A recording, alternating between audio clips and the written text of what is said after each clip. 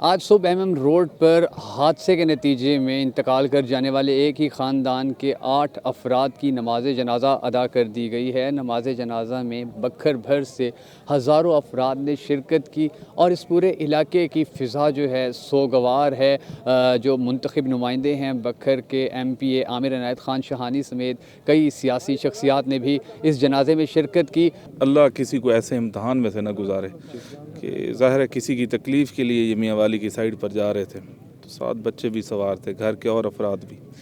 تو اللہ، میں تو بس یہی کہوں گا کہ ہمیں توبہ کرنی چاہیے اور اللہ ایسے کسی امتحان میں سے کسی مسلمان کیا کسی کو بھی نہ گزارے۔ تو یہ بہت بڑا سانحہ ہے جی اس پورے ضلع کے لیے، تو اللہ ان کی مغفرت بھی کرے اور ہم سب کے لیے عبرت کا مقام ہے جی کہ ایسے ظاہر ہے جی۔ اب دیکھیں جو ان کے ساتھ ہوا ہے جی، ہم افسوس کا اظہار بھی کر سکتے ہیں، ان کے غم میں بھی ہم برابر کے شریک ہیں، لیکن ظاہر ہے ان کے گھر پہ قیامت یہ گزر رہی ہے، تو ہم ان کے اس غم کی گھڑی میں ہم تو ان کے ساتھ ہر صورت ہیں اور دعا کرتے ہیں ہم ان کے لیے، اللہ ان کو صبر دے۔ بکھر کا یہ بہت المناک سانحہ ہے جس میں ایک ہی گھر کے 7-8 افراد جو ہے وہ سانحے کا شکار ہوئے۔ اللہ تعالیٰ پسماندگان کو صبر جمیل نصیب فرمائے اور ہم ان کے غم میں برابر کے شریک ہیں۔